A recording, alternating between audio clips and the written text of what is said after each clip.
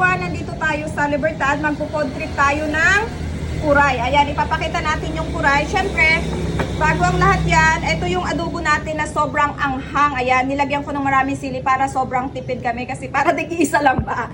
So, ito yung manok na pinaupuan. Ayan, grabe, isang buong manok ito guys. Siyempre, dala-dala ko din yung pansit na lata. Alam mo yon, medyo masabaw. So, ayan, tingnan natin kung ano ba yung laman ng kuray kasi this is my second time na kumain ng kuray dito sa Libertad. Ayan, sabi nila masarap daw ito. Ayan, bubuksan natin kung anong laman. Mayroon daw itong buko. Buko.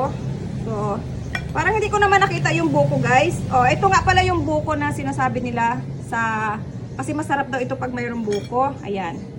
Tikman natin. Masarap nga.